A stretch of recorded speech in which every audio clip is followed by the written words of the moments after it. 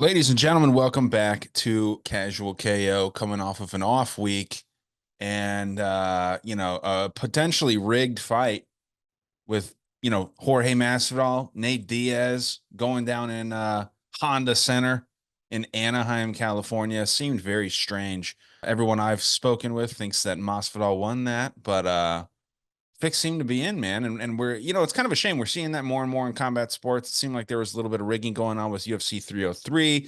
Maybe not rigging, but just some weird coincidences. And man, I hope that this doesn't become a normal thing. The high level fights we expect it, but just not every fight. We've got a couple low level fights on here that I think we can make some money. But yeah, maybe staying away from main events is a good move unless you can, for sure make the reads on these things. We're doing the episode here today a little early. We're doing it on Sunday afternoon. Alex is sitting outside. I'm in my normal spot. Jared is not with us because he is in South Carolina, right? That's where he's at. Yeah, he was supposed to go up there on business, but it kind of turned into a vacation instead, unfortunately. But at least he got some time away. Looks like he's been having fun. He might Get his join us shot. later. He sent us his picks. We're gonna get everything going. And we have something new to share with everybody. We're doing something different with the show. I'm gonna introduce you guys know Alex. He's here every fucking week. Alex, what's going on, buddy? Good to see you. Good to be back. Had a good week. And I'm excited to share the challenge with everyone, Now we can get people to tail our weird bets every week. But Ryan's introducing a ladder challenge. We started it off without you guys, but we want to bring it out to you. So what we're going to do is take a small amount of money to start with, and we're going to roll it each week. So as we keep winning, it's going to keep compiling. And once we get to a certain target number, which we might set it like, 5 grand, 10 grand, then we stop and we start it all over. Yeah. So we did hit our first bet. We're at about like $62, and it's all going on a bet this week. And then we're going to roll it again into next week. Yeah, pull up that last one if you can in DraftKings because I don't have my phone with me as I just kind of talk about what we're doing. So I told the guys, give me a word, give me a word that you're thinking of. I told Jared, give me just any word. Told Alex, give me an adjective. And, Alex gave me hungry. Jared gave me heroin. And, I was just trying to think of a different word for money. So I threw cash in there. So this is the hungry heroin cash ladder for right now until we can think of something better. We needed a name, but yeah, the first one hit. We each put in $30, and the point of it is double up every week, kind of like Alex said. So a lot of these lines don't come out until later in the week. We're trying to get these out earlier and earlier. So this is why you need to follow Dangerous World Podcast Instagram. You need to follow Alex at Profit Picks on his Instagram, and also Jared at Teep Picks. And we will share those as soon as we place them if we can't come to something on the show, because realistically, all that we have is money lines and then some round lines at this point. And we took some alt round lines last week. We coasted last week. It was the easiest no sweat bet that I've ever had personally, because I like to get a little riskier with these. But when everyone's involved and we all have to agree, the whole point of it is no one can be even like slightly suspicious about it. We got to all be 100% in. We have to agree on it. I floated the idea this week of just taking Jasmine Jasudavicius, and we're going to potentially talk about that here and see what's going on. But yeah, very confident in her, and it doesn't have to be a parlay. It just has to be slightly plus odds, plus 100 or better. And we're going to try and turn $30 into, like Alex said, maybe 5 grand if we can keep that ladder climbing. But what was that first bet that we did? It just nailed easy. I'm trying to find it, but it was a three-teamer. It was super safe. I know it was the over 1.5 in Gary. And Okay, let me see if I can find it. it was a three-teamer, and it was just about even odds. But Like plus yeah, 108. we're trying to pick safe, guaranteed plays because obviously we want this to be successful. So we're not really taking any huge gambles here. If we got to take 2, 3 very juicy legs and put them together to get a win, we're gonna do it. Yeah, we Okay. got some changes to this card. This is a good day to do the card because we do have a couple, or we have at least one fight change. with the Jazzy fight. She's fighting Yes. Fatima Klein. Now I haven't done too much research, but what I've heard is that she's a BJJ expert. Yeah. Okay, so the bet, all you had to do was pull up our group text and it was right there. So we had Joe Pfeiffer on the money line. Easiest shit ever. Alex even mentioned like this was like anchored to a lot of his parlays. Joe Pfeiffer, we had the over 1.5 alternate round line in the Ian Gary fight versus MVP. And then we had the the fight to start round two with Anthony Smith and Roman Dolidze. Now, this was a minus 290 and two minus 425s that ended up being plus 105. Safe as fuck. We could have put a lot more on it, but the point is finding those spots every week and just doubling money up because it's tough for people out there to just take $1,000 and throw it down on something safe like that, right? And you end up getting profiting $1,000, doubling your money. But once we climb this ladder, we can always know that we just started with $30. So if we end up And making, get, yeah, go ahead. I wanted to say thank you to Ryan and Jared because they saved the ladder challenge because I really was pushing them to put Jorge Masvidal in one of our legs yesterday, and they've used their veto powers to deny me, and thank God it did because we'd be starting right over tonight. Yeah. I mean, that's the thing, man. It's like the government, supposedly. We know the government doesn't fucking work like this, but there's the executive branch, the judicial, the legislative. They all keep each other in check. They don't. They just let each other do whatever the fuck they want. But we're told that in school. So yeah, we are a team here and we are trying to do this. And if you want to tail us with this, feel free to start with $5, $10, whatever you got that's expendable. And just know that that you started with that and you can climb this nice ladder with us if you choose.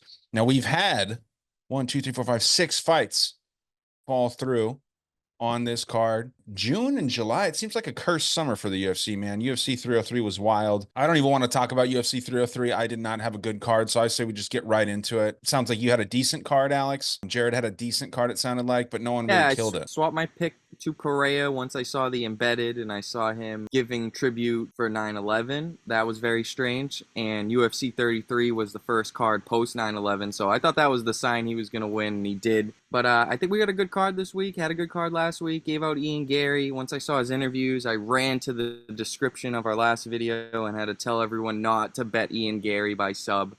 But it was a live prop even then. Profitable week, lost on all my punts, but I won on all my confident plays. So, Cool. no complaints here. Nothing crazy for any of us this last weekend, but we had a week off, and I actually had a little more time to do some tape study. I usually don't do too much tape study because I have seen a lot of these fighters and I can kind of remember a lot of this stuff. I don't remember much, but I can remember a lot about fights for some reason. I guess that goes hand in hand with the autism. So, it is what it is, but we are going to roll right into the first fight of the night. Not like the highest level fight here, but very entertaining and very interesting, good matchmaking here. We have Josh Fremd taking on Andre Petrosky.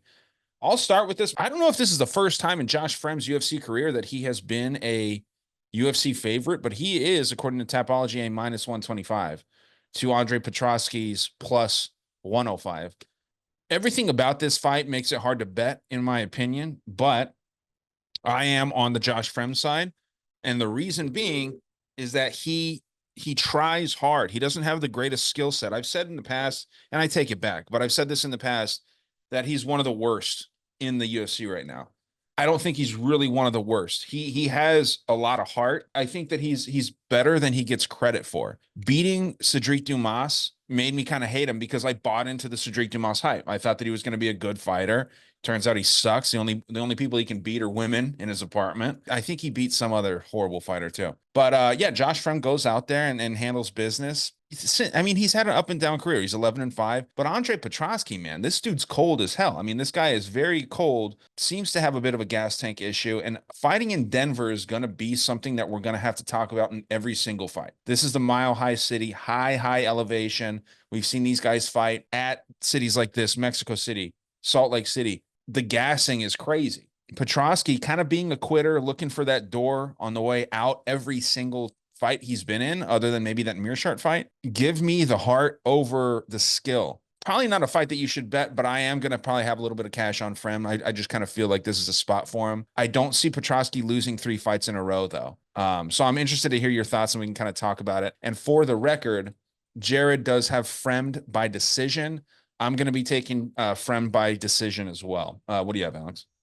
I'm on the other end. Again, I agree with you. This is definitely a fight I would stay away from. You don't know where these two are at in their careers. But if Petrosky wasn't coming off of those 2 knockouts, I'd be thinking he's a strong bet here. It's just hard to know if his durability is still there. Not like he's going to really need it because Frem's not the hardest puncher. I just think that Petrosky's going to get a lot of the wrestling going. Frem doesn't have good takedown defense. I think Frem's only shot to win this fight is if Petrosky gasses out, he gets a stoppage, or if he catches Petrosky in a submission, which I just don't think is going to happen. So I'm going to go Petrosky wins a decision.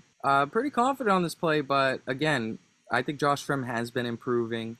He's coming off one of the tougher fights in his career. It's just I think Petrosky's got the better resume. It's just if his chin is still there and he shows up a little bit improved, took some runs, he's going to win this fight. It's just there's no way to know that. Okay, so yeah, you're on the other side. That's refreshing. That means that we're not all going to miss this because usually when we're all on the same side on the first fight of the night, we miss that for whatever reason, something weird. But one thing I noticed, and feel free to just jump in, when Josh Frem fought Roman Kopylov, he had early success in the striking. He really did. I went back and I watched this fight last night. He was able to jab him very effectively. Him being Josh Frem being able to jab Kopylov. Petrosky was getting pieced the fuck up by Gerald Mearshart, who is a submission specialist. Nothing against any of these dudes. A lot of people tend to have some success with Kopylov early on because he's making his reads. But Fremd was actually like holding his own early in that fight, and he just fell apart. Now, don't forget, he missed weight in that fight. The reason being is that he might have been kind of sick because he faded really quickly there. This was quite some time ago. This was almost 10 months ago. I think Fremd does have the better gas tank. He's shown that in the Pickett fight. He's shown that in the Dumas fight. I don't know, man. It's tough to bet against Petrosky because that dude Not is a bad take. unit. That's not a bad take to bet a Frem comeback. I just think Petrosky's going to be manhandling him early, at least for the first round. He's the better pure jiu-jitsu guy, but Fremd, I think, is the better wrestler. That's my take on that. But yeah, Petrosky, bad at striking, decent wrestler. As long as he can not knock himself out on Fremd's hip, he can get some great takedowns. He's the better jiu-jitsu player here. And I think that that's all that he has in his corner. All I'm saying is I watched Jamie Pickett take this guy down twice. Yeah. Even though Frem reversed him and got a lot more control time, Jamie Pickett can get 3 minutes of control on you. Petrosky could wet blanket you for a couple rounds, and that's all that I see happening. I think Frem will have a round to finish, but I just don't think he'll be able to get it done. Yeah, I'm glad you mentioned that actually because that's the fight where he missed weight. It was not against Roman Kopylov. Josh Frem missed weight against Jamie Pickett, and that's where he gassed really quick. So I think he was off in that fight. Sure, I mean absolutely, but I think that he was sick. Honestly, I think that he was. Not making an excuse for him. I don't give a shit about him. Like I said, 2 fights ago, I was calling him one of the worst to ever do it. And I take that back. Like I said, we've got a good matchup, man. This is a lot of people are calling this a striker versus grappler, but I think it's 2 well-rounded dudes. There's just one guy that is better at grappling and another that's better at striking. Montel Jackson being who people are calling the striker, and Damon Blackshear, the one being called the grappler because he's gotten a twister in the UFC. Records don't look good for Damon Blackshear, 14-6-1. Not great. I'm interested to see like what you think about the level of competition these dudes have faced. Well, I gotta agree with the public here. I think in this matchup, Jackson's gonna look to strike, and I think Blackshear is gonna be a pure wrestler. And a lot of people, I think the popular pick will be Jackson here. Biggest hands in the UFC. He's coming off of one of his highlight reel knockouts of Ronnie Yaya. Real impressive. Roll my eyes. I think Damon Blackshear has the way better track record. He's younger in the UFC. But his last 5 fights were just against killers. Yusuf Zalal, killer. Fareed Basharat, killer. Contender. Luan Lacerda, knocked him out. Jose Johnson, underrated, got him out of there in the first round. We just saw him survive with Azmat for 3 rounds.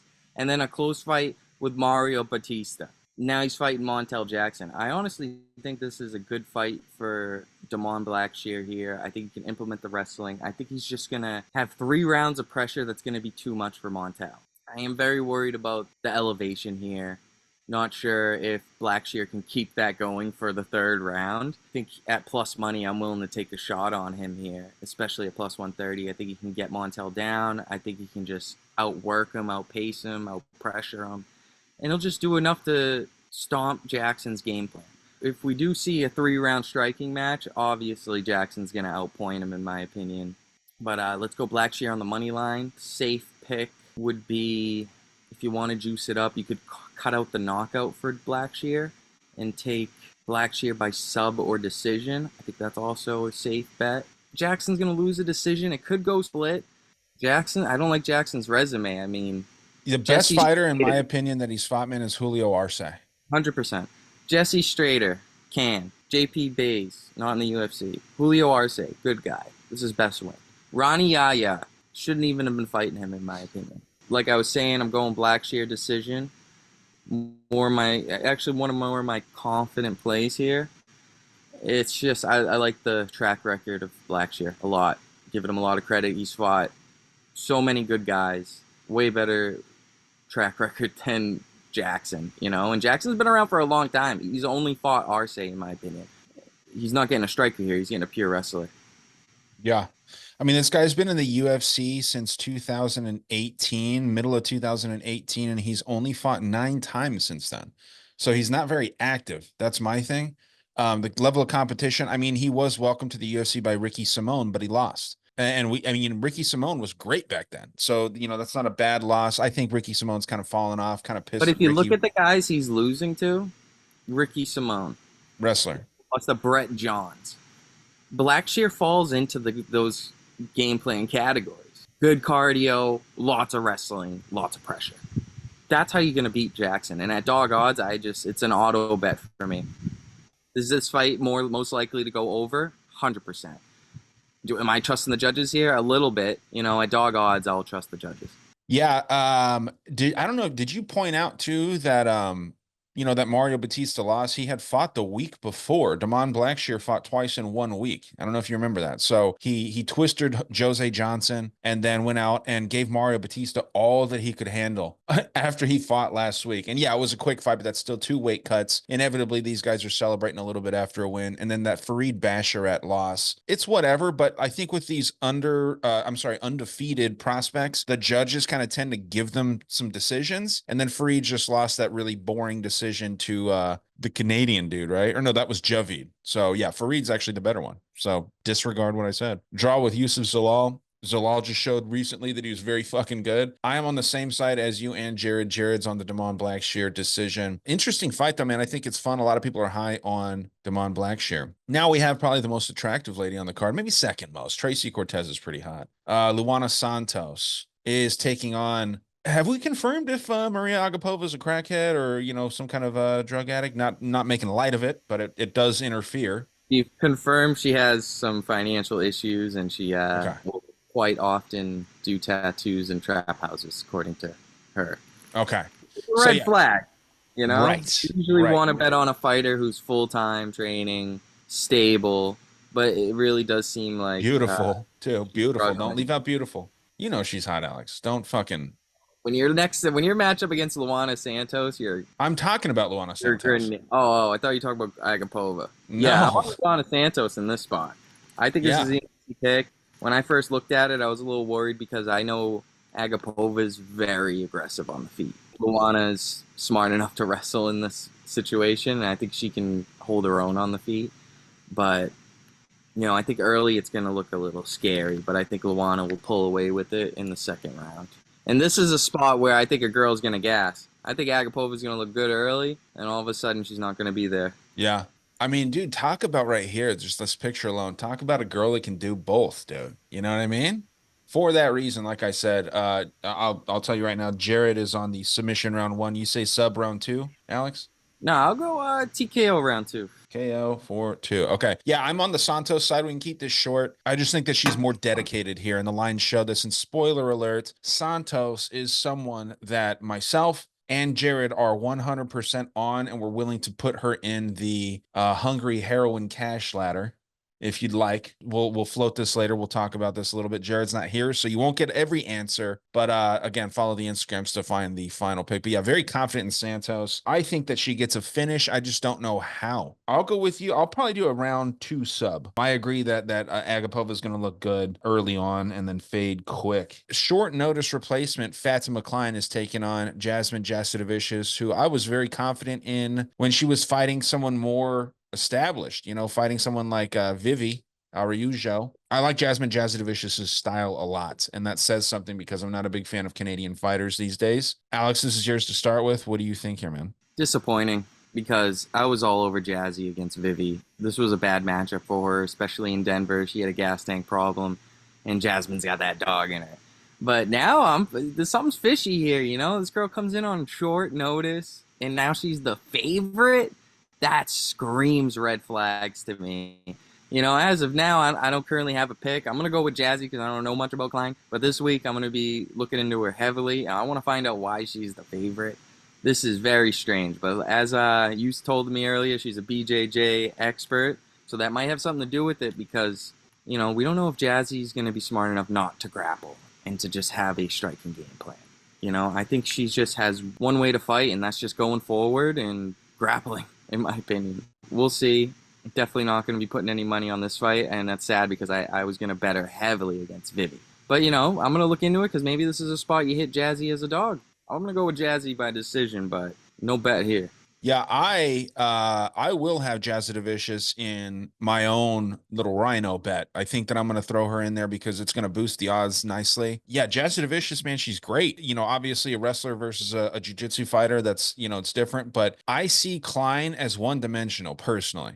She does have some knockouts, as you can see here, but even being like this dangerous jiu-jitsu fighter, only fighting in Invicta, she's got one submission. Most of her fights go the distance, and then she has two knockout wins. So maybe one of these girls that's more position over submission, but she's good at the submissions.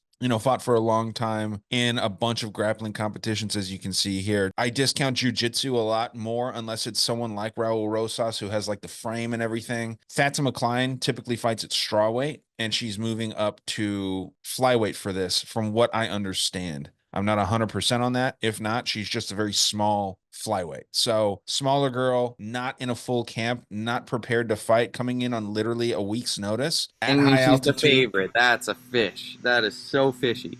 Right.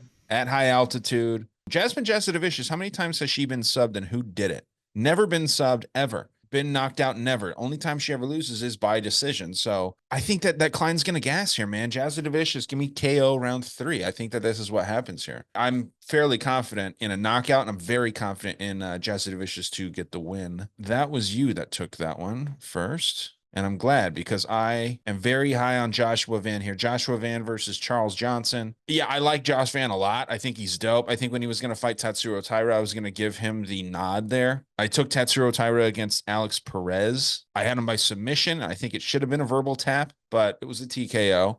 Devin Jackson is the only guy to ever beat this dude, Joshua Van. Back in Fury FC in 2021, Van's been very active. He got submitted. I don't see Charles Johnson submitting Van. I don't see him outworking Van. The thing is, both these guys start a little slow. So round 1 might be a little like, who knows who wins round 1. If Van's smart, he's going to come out a little quicker. I think since he's so much younger, he's inevitably going to have the better gas tank. 22 years old versus a 33-year-old. But Charles Johnson looking good in his last 2 fights, man, when he beat Jake Hadley and Azat Maxim. Really good, back-to-back performances there. I like Charles Johnson a lot, but I like Josh Van more. Give me Van by decision in this one. What do you got there?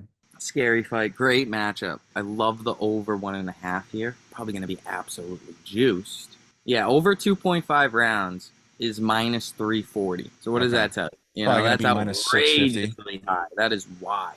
Honestly, I think Johnson does come out winning round 1. I think he's going to outpoint Van. I think the jab's going to work a lot. I think Johnson could even mix it up in the clinch too. I think he's just going to look like the guy working early. The question is if Van can start dropping him in the 2nd and 3rd round. We've seen Johnson hurt in the past in that last fight as well. I don't want nothing to do with this fight. I don't want to bet this fight. I think it's going to be a close fight. Split decision would be, a good punt. I got to go Johnson here. I think he's going to go get the volume going. I think he's going to avoid getting dropped. and I think he's going to win 2 out of 3 rounds pretty clear. I think he's going to give Van his first loss in the UFC. Okay. Not super confident. I love the over, but that is just outrageously juiced. I mean, there's nothing wrong with taking the over 2.5. I know you like to kind of like get these better lines and stuff, but Yeah, if it's but at something like minus a 350, it's just can't do it. for a parlay piece, though, you I know what I'm know, saying? but even then, it would need to be like minus 250 max. I mean, neither one of these dudes knocked too many people out, other than, I mean, guess as I say that, that's the way that Josh Van wins. Well, I'm So, just saying, Van could easily knock out Johnson. oh yeah, I don't know. I think Van's a little bit more durable, but that's the only way I see this fight finishing is if Van catches Johnson. yeah, Van is very durable. He can take body shots well and head shots. He's got a chin on him, and again, being 22, man, he is much shorter. He's 4 inches shorter, got a 5 inch reach disadvantage. I just think the volume. Johnson can be a little slow to start, and so it's interesting. You think he wins round one. Now, our missing co-host here does have Van by decision as well, so him and I are in agreement. I told Jared when he sent his picks in, I agree on every single one, but I might end up changing one here in a bit because I just kind of have some thoughts. I'm very interested in your thoughts on this. This is a stay away fight for me. I'm going to have a little action on it, 5-10 bucks, something like that. Cody Brundage takes on the Judo Thunder, Abdul Razak Al Hassan, who has fallen in love with his hands. What do you think about this one, Alex? Tough matchup. Been hearing a lot of Cody backers as well. Line's close. Been seeing some money coming in on Alisson lately, but all the early money last week was on Cody. I like Abdul, even though he's the older guy. I kind of wish he was like 5 years younger because then I would be hammering him in the spot. I just think he's more deadly on the feet. I think he's going to be the scary guy. I think Cody's going to be the guy backing up. So I'm going to take the guy who's going to be winning on pressure. In my opinion, Cody's losing every fight until he, catches a guy. Whether it's a fluke or a DQ or whatever, this isn't the ceiling for Abdul. I don't know how he's going to win. I'm going to say knockout round 2. Sweet. Jared is on Brundage by decision. I'm on the same side as Jared, and I am hammering the over 1.5 on this. I think that you were right to take the round 2 that in your first thought. Everyone thought that Bo Nickel was going to fucking finish Brundage in round 1. Easy. That was a minus 650 line for the under 1.5, and everyone hammered it. Everyone hammered it. And Brundage held fine, and he got finished late in round 2. But yeah, Bo Nickel, I think, is a lot better than Abdul. Another thing, dude, this is one thing too. He got the Turkish hair plugs. Those guys are undefeated this year. They're undefeated this year. I feel like whenever he's fighting an aggressive opponent like this guy, more of a striking-based opponent too, it just ends early.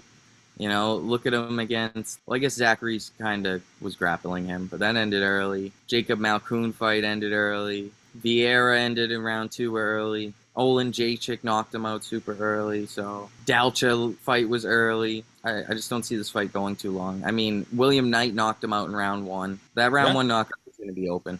Okay. Even if round 1 finish. Yeah, I'm on the other side. I'm taking Brundage, and I think that Hassan gasses after round 1. So you better hope that he gets that round 1 finish, because after that, it's I think it's kind of done for him, man. He looked good against Pfeiffer. I will say that he looked really good against Pfeiffer. Yeah, give me Brundage. Man, I want to go decision really bad, but I think that that Brundage could get a late finish. But I'm just gonna go decision, higher percentage that hits. So yeah, Brundage by decision, and that is where Jared is as well. Next fight up the card, C-Rod versus Julian Erosa, and I have a hot take on this. Probably not really. I'm very much on the side of C-Rod, even though like everyone's doing this really basic kind of 1 + 1 = 3, in my opinion. I think is what they're doing, right? They're saying that Julian Erosa is tall. He's 6'1", and C-Rod's loss, his only loss, it was his debut in the UFC, by the way, but his loss was against Jonathan Pierce, who is also tall. He's 6 feet. So everyone is taking this whole fucking thing and they're saying, well, Julian Erosa is the same as JSP. I think that they're completely opposite fighters, even though they just have the same build. They're both veterans, yes. They're both tall, lanky dudes for the division, yes. C-Rod is moving up to 145 because he kept missing weight and stealing prospects O's at bantamweight. 3 prospects he defeated. And that last win that he got was kind of shitty. I think that he actually lost that last fight. But I think for whatever reason, the UFC does like C-Rod. Julian Erosa is kind of expendable. I think he's a good fighter, entertaining to watch. I don't think they care about Erosa. Erosa, and I think that they gave C-Rod Erosa to really just see like, okay, how are you at this weight class? They gave him a very winnable matchup. I watched that JSP C-Rod fight last night as well. That's the only time you'll ever see C-Rod nervous. C-Rod was very nervous in that whole fight, like especially in round one, walking in, very nervous. So much so that the commentary was saying he's got a lot of nervous energy right now. And what is he known for these days? C-Rod is known for just staying calm and composed. He is not that nervous kid making his UFC debut anymore. He is very experienced. And since then, he's gone on to win. Yes, some of these are controversial. Really, only one is. The Bulgarian win was very controversial, and it was a split decision. But everywhere else, he's getting unanimous decision wins over Cameron Simon, very good prospect, and Raul Rosas, one of the highest touted prospects out there. And then Joshua Weems, who I'm not a big fan of, but he finished him in round one with an anaconda choke. I'm high on C-Rod here, man. A lot of people are. But I've heard some people out there talking, like it's the same thing that he lost to once and all this shit. But yeah, give me C-Rod, give me decision. I think he's got the better gas tank than Julian Erosa does. I think Julian Erosa fades in late round 2, round 3, and C-Rod could get a finish. But yeah, give me decision. I think we see a lot of decisions on this card, like we have been. But what do you think? I've been back and forth on this one. I'm with you. Same prop and everything. I like Christian by decision. It's just my question is, can C-Rod knock Julian out? That's all I want to know in this fight, because if he can't, you're going to see something similar to the Steven Peterson fight. A 3-round war of attrition, and it's going to look ugly. The over is going to be a sweat. I don't really like too much in this fight. If C-Rod has gained some weight and really filled in at 145, I think this could be an easy matchup for him, but Julian Erosa's got that dog in him. Definitely a fight to stay away from. I like the over here, but not at the odds it's posted. Minus 200 is way too juiced. Honestly, some value on the under here. But yeah, I'll go C-Rod decision. Yeah, a knockout for C-Rod's nice. I think that's a nice punt play, as you like to call him, because Erosa's chinny, man. And when he's chinny early. But the problem is C-Rod's just not dangerous. He really isn't dangerous at all. Yeah, but they love to throw up subs too. If you're going to get the no distance at plus money, don't even get greedy on a prop like that. Well, yeah, I mean, they like to throw up subs, but Erosa's never been submitted and Rodriguez has never been submitted. So, I mean, these guys aren't jiu-jitsu experts by any means, but they're very good defensively with the jiu-jitsu. So I think it either goes decision or knockout, personally. That's just the way I see it. There's a first time for everything. This is a fun fight, and spoiler, potentially another one that will be in the Hungry Heroin Cash Ladder. This is yours to start. Gabriel Bonfim versus Ange Loosa. What do you got here, man? I have to use the veto on this one because this fight scares me. Okay. A lot of questions around this fight, The cardio of Bonfim is the big one. Yes, but I'm going to just give you the pick right off the bat. I'm on Gabriel to finish Anguissa for the first time in the UFC. I think we were supposed to see Loosa get finished by Brian Battle in his last fight. I think Gabriel's going to give us what we're supposed to see. I think Gabriel's going to knock him out round 1. It's just, what do we see if he doesn't get him out of there in round 1? Are we going to see improved cardio in Denver for Gabriel? This is just a spot where I'd have my live bet button ready to smash Loosa the second I see round 2 start. And it's just a scary fight. I'm staying far away from this fight. This one's going to be entertaining. I just think, Gabriel should get it done in round 1. But if he doesn't, wow, Loosa turned into a live dog. He hasn't been finished. Had a close fight with Madalena. Throws up subs himself. We could see a late finish comeback from Loosa. Another good bet would be the no distance. See where that's at. Under 2.5 rounds at minus 300. Not too bad either. That's a nice leg. And that's another question. If Gabriel gets tired, is Loosa going to have enough in the tank to get the finish? I know he'll have enough in the tank to, look like he's winning the round. But will Loosa have enough in the tank to get the finish? Or would it just go to a sloppy decision where he got 2 rounds out of 3? I think this fight's unpredictable. I'm staying far away from it. Give me Gabriel round 1, but I ain't throwing this in no ladder challenge. Yeah. Okay. Yeah, and now that you say that, that's fine with me. I'm taking Bonfim and I'm taking him sub round 1. I think that's his best bet.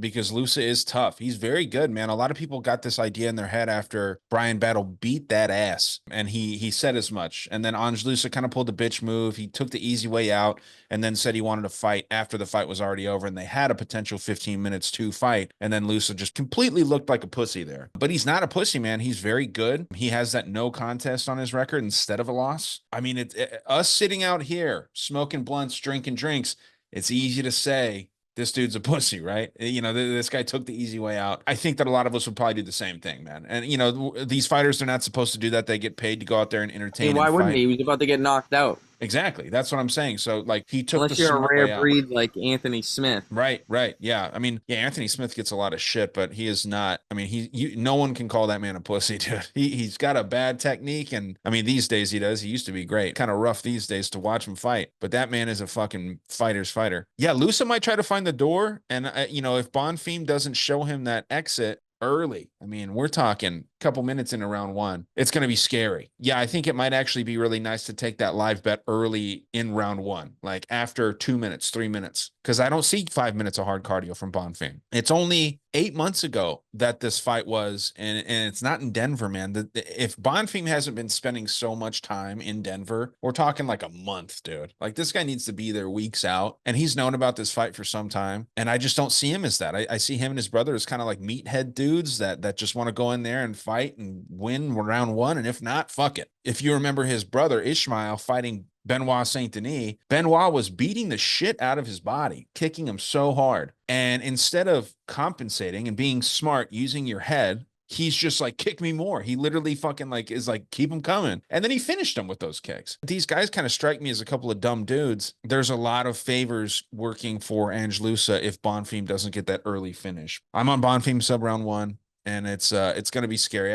I now that you bring that up, I'm glad that you did. That's why the three of us work together on this. So it's great. This one's interesting too. Drew Dober versus Gene Silva. Gene Silva fought 2 weeks ago. Made it look easy. First person to ever finish. The only Canadian that is, you know, somewhat entertaining these days, but maybe he's fallen off even. Drew Dober had a snooze fest with Renato Moicano, but it was Renato that made that a snooze fest. And this is lined at It a was pick. good though. It was entertaining. Yeah, I took the over 1.5 on that. And that's what made it fun for me, because this was supposed to be like, Lost on Drew Dober on that. I was on just the one over 1.5, and I actually parlayed it up with like the main event and something else, and it hit. Oh, that was the French dude Nasruddin fought Roman Dolidze on that card, if I'm not mistaken. But yeah, man, Gene Silva, tough dude, hard hitter. I wonder where the cardio is for him, because Drew Dober's got good cardio. I think he's got excellent cardio. It's Gene Silva knockout round one or Drew Dober knockout round 2, 3, or decision, in my opinion. I'm going to take the more experienced dude, Drew Dober, but if Gene Silva makes me miss another bet, I cannot fade him anymore. I faded him last time against Charles Jourdain, but I'm going to take Dober, and I'm going to take Dober by knockout round 3. Has Gene Silva ever been knocked out before? No, only decision losses, but 2 weight cuts in 2 weeks, all kinds of shit. He is a stocky dude. He missed weight in his last fight. I think those weight cuts are kind of tough for him. This is not going to help, this high elevation. So yeah, give me Drew Dober, knockout round 2. What do you got, Alex? Same thing. Give me Dober, knockout round 2. I think he's the bigger guy here. He's the hometowner, fighting out of Team Elevation in Denver, Colorado. I think he's going to be the hometowner to win. Crowd's going to go wild. He's been super underrated in the UFC, to be honest. And now he's fighting a guy that's, I want to say it's shorter than him, right? He is 1 inch shorter, according to Tapology, but those are never super accurate. It's just not often that Drew Dober's fighting a guy smaller than him at 155. Sure. That's all I got to say. When do we see a guy beating Drew Dober who's smaller than him? You know what I mean? Brad Riddell is like the only guy I can think of. Yeah, it's going to be a tough fight. Definitely am leaning more of a finish here. It's tough betting against Crimson Chin cardio and durability. Yeah, I'm going to go with Dober. I think Gene Silva does get exposed here, and I don't think the short notice turnaround is going to be good for him either. Give me Dober as a small dog. Short notice hasn't worked out for a lot of these guys. I think Damon Blackshear is a more well-rounded fighter than Gene Silva is. There is that X factor that Gene Silva has, though, and he is possessed. He has said that he is possessed by something, which, how do you cap that? It's very tough to cap a possessed individual. But yeah, if he comes out here and beats Drew Dober on, you know, just a week's notice, and after having a fight 2 weeks ago, I cannot fade this guy anymore. One thing to mention too, and I'm glad you brought it up, was the move up in weight, because the last fight for Gene Silva against Charles Jourdain was at 145. This is at 155. But you know he's still having to cut weight to get down to 155. Undeniably, he's having to cut weight. This 45er probably steps in there at 170. Ober's walking in at. Yeah, Dober's probably walking in at 170 as well. But I'm saying, like, for Gene Silva, he probably didn't think that he was going to have to fight for 3 months. So he probably went out, ate some burgers. Seems like the dude that would drink and stuff like that. Again, the cardio for me. The cardio is huge. Now, you mentioned Drew Dober's chin. Do you believe in his chin? He's been pieced up a couple times, right? I mean, his chin has kind of not been so crimson these days. To be honest, though, just to play devil's advocate a little bit, who knocked him out? Matt Frivola? That was a shady one. But yeah, he did drop him 100%. That was He the dropped only him. time he's ever been finished, other than the submissions. 'Cause that's really how you finish this guy. But No, he that was was a rough knocked out. stoppage. If that was a different ref in there, that fight could have been indifferent. We really never really got to see the rest of that fight. Drew Dober always takes damage. That was just the most we've seen in the first minute. Okay, fair. He's always a slow starter typically as well. So Fair. was I worried during that fight? Yes. Did I think it was a bad stoppage? A little bit. Could have gave me another minute or 10 seconds, depending on the ref too. If I see Mark Smith get thrown in for this fight, I'm immediately not taking any action. Okay. Good to know. Yeah, I don't know if I said for the last fight too. Jared's on Bonfim sub round 1, and then Jared is on Dober by decision here as well. So we're all on Dober, but probably not one that we want to throw in that parlay that we like to do. Hometowner, he's gonna do it for the crowd. Yeah, I think so, man. But it's just, you know, there's that X factor for Gene Silva. He's a loose cannon. He's going to come out there and fight like crazy. Like you said, if Mark Smith's in here and Gene Silva just fucking hits him with the cleanest right you've ever seen, and Drew Dober looks out, I could see one of these dumb reps calling it, man. Well, So here's the thing too, being the hometowner, hopefully we get tossed in a good rep. I don't know if the UFC can say which refs are going in. You know what I mean? Like, because the refs are government entities. They don't work for the UFC. They work for the state and the athletic commissions. I don't know how that works. That'd be something good to do research on, honestly. Okay, you've got the co-main, and it is Santiago Ponzinibbio versus Muslim Salikov. Interesting fight, more of a striker versus a sambo kind of guy. I mean, this dude is a king of kung fu, he calls himself. But both these guys are fading big time, man. Even though the dude does some sambo. Oh no, it's Sanshu, which is kind of like a kickboxing thing. Muslim Salikov got some good striking, but he's slowing down, man. 40 years old versus the 37-year-old Santiago. What do you got in this fight? Good matchup too. I like this matchup. I have hopefully a striker's delight, but either guy could mix it up and try to wrestle here. I just think Ponzi's more well-rounded. I think he's got a little bit more in the tank. And I think he's just got some years left in the UFC. I think Muslim still does too if he wants, but I think he's just closer to the end of the road. I think Ponzi's going to get him out of there in round 2. I think Ponzi's got the better cardio too. I think Muslim's going to just drop right off after round 1. I think this is one of the clearer spots for the elevation to affect the fighter. Okay. So I'm going to go with Santiago round 2. This is one of my more confident plays on the card. I'm definitely going to have Ponzi in a parlay. Interesting. Yeah, I like Santiago Ponzinibbio here too. I just don't know if it's round 1 or round 2 for a knockout. I do see a knockout coming. But yeah, I mean, Muslim, he relied on his speed for his career. And then, at 40 years old, you're not going to have that speed anymore. Obviously, he's a powerful dude and whatnot, but everyone is in welterweight. Everyone isn't middleweight. This whole kind of area that he's been fighting in. Give me Ponzinibbio knockout round 1. I think it comes early and he might starch him quick. But I do see, like, out of any of the fights here, I see this being kind of like the fight where if someone put a gun to your head and they told you, like, give me a fight that ends in minute 1, in the first minute, I think this is that fight. I think one of these guys goes down quick. I mean, they're both chinny. Not happening. They're both chinny and they both have power. So I think that this could end quick. But yeah, give me round 1, potentially minute 1. Santiago. The one that's ending quick is the Brundage Alisson one. If a fight's gonna end in the first minute, it's gonna be that one. See, I have that one going over 1.5, but we'll see. We'll see. But yeah, so let's go Ponzinibbio, knockout round 1. You have knockout round 2. And Jared has, real quick, KO round 3. So we have sprinkled the KOs all around here for Santiago Ponzinibbio. Main event of the evening, man. This is an interesting fight. Short notice replacement for Tracy Cortez, who was supposed to fight next week, but she's not anymore. We were all on Tracy Cortez in the beginning, man, but I have to pick flip, and I am taking Rose. I hate it, though. I don't like it, but Rose has the experience at elevation, the 5-round experience, and the UFC loves her. Give me Rose. The only time that she really lost like a controversial decision was against Carla Esparza, but Carla Esparza had her wedding that week, right? That next week. So that had to be like, what a great story for the UFC. Rigged. Yeah. Yeah, Rose has the 5 round experience. I think she's arguably 0-2. I think that she lost to Amanda Hebos. But Amanda Hebos has a gas tank. Tracy Cortez is not active, man. Tracy Cortez has been in the UFC for how long? Let me see. Because she's got 5 fights over from 2019. She's had 5 fights. That's a fight a year, right? Yeah, that's literally a fight a year. I heard that she had some health problems. I don't know how real they are, but I heard that she had some health problems like at some point in like the COVID time. So I don't know if it was COVID or something else, and I'm not, speculating. It's just something that I heard. Um, but yeah, Tracy Cortez is a great wrestler. I think Rose has good defensive wrestling. Um, and we're not caring too much about wrestling over striking.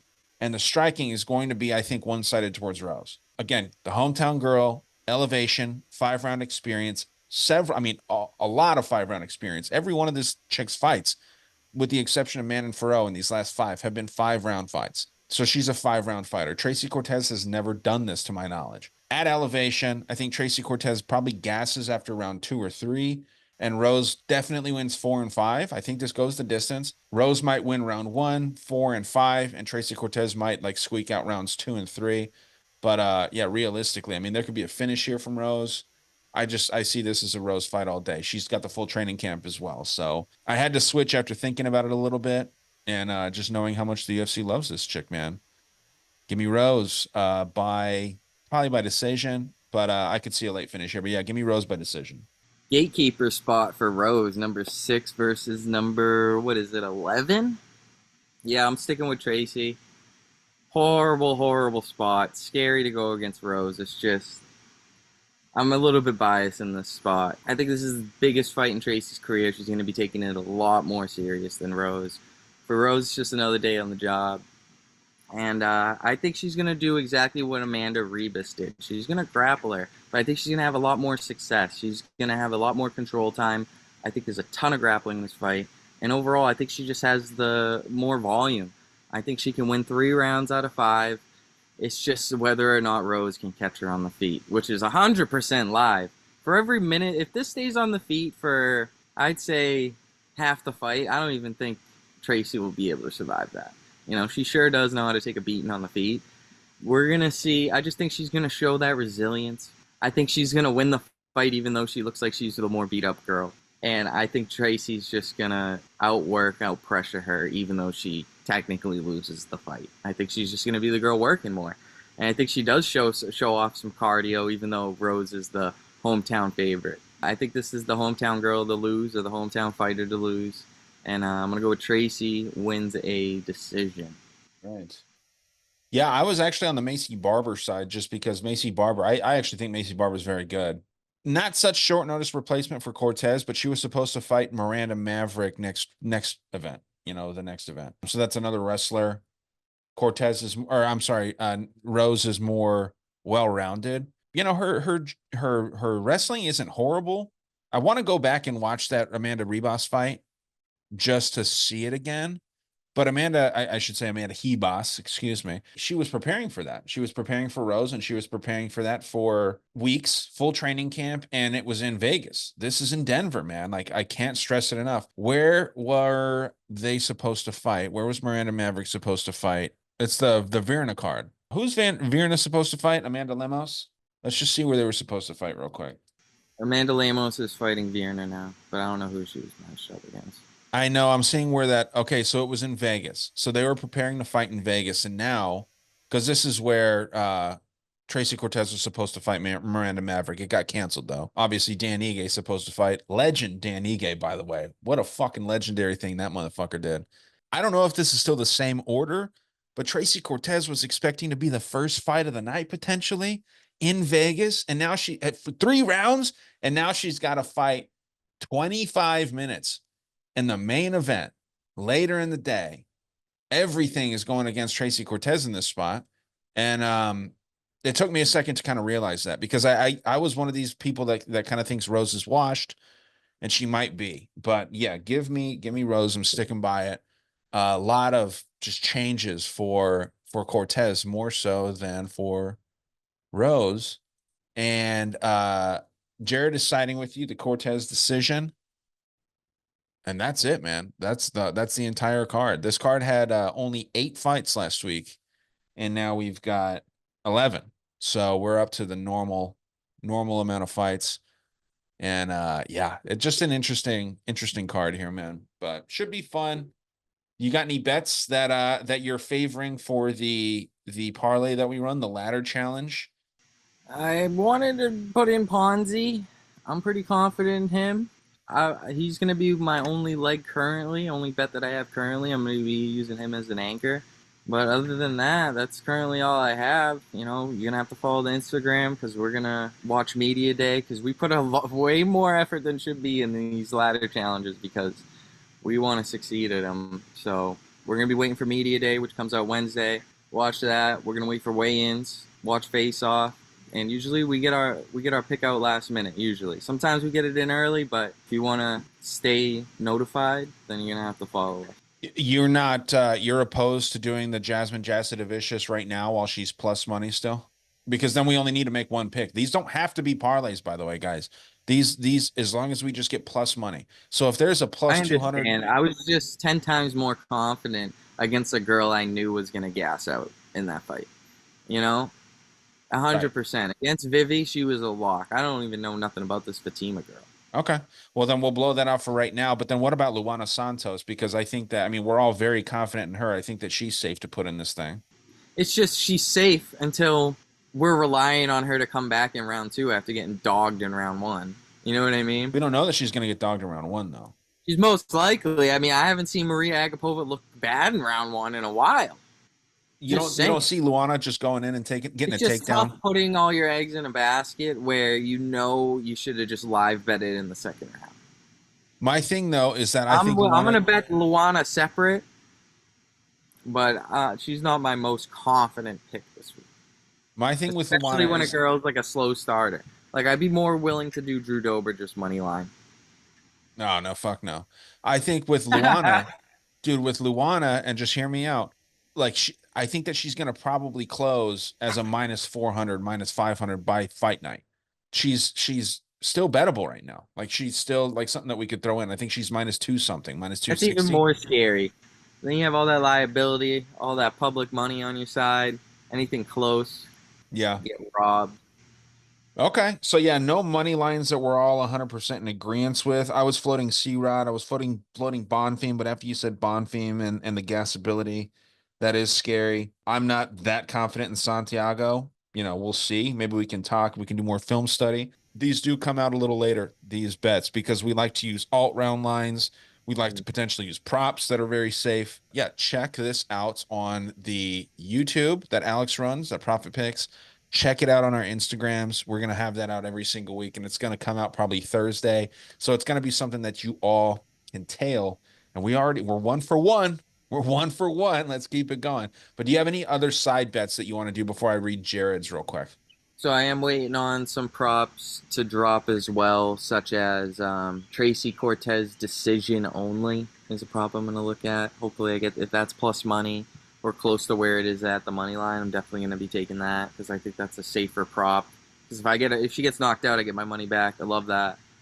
So other than that, going to be looking for some parlay pieces for Santiago. Might be an over under. And yeah, stay tuned. We're gonna hit that ladder challenge. We're gonna be posting that up for free this week for everybody. Yeah, so last week we did 30 into I think 61, 62. And then this week we're going to take that 62. It's 62 and change, if I'm not mistaken.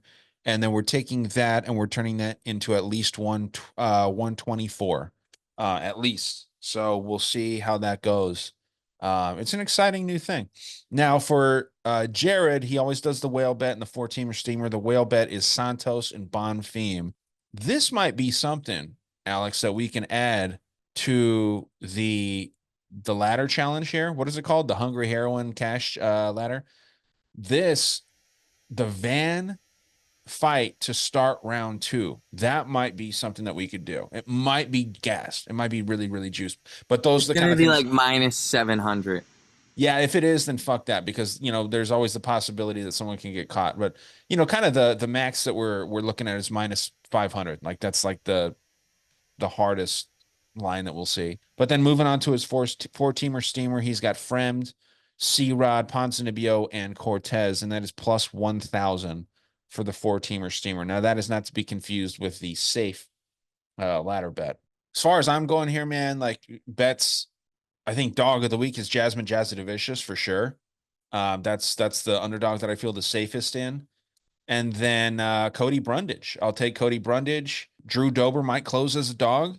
Keep an eye on that. And I think Josh Fremd is a favorite. And Damon Blackshear, man. There's a lot of dogs on this card that are good. So Blackshear, Jazzadavicius is somehow a dog. Dober might close as a dog, and then that's it. Cortez would probably be a dog as well. So, if you like those underdogs, those are always fun. But tell them where they can find you, Alex, and then I will plug Jared here.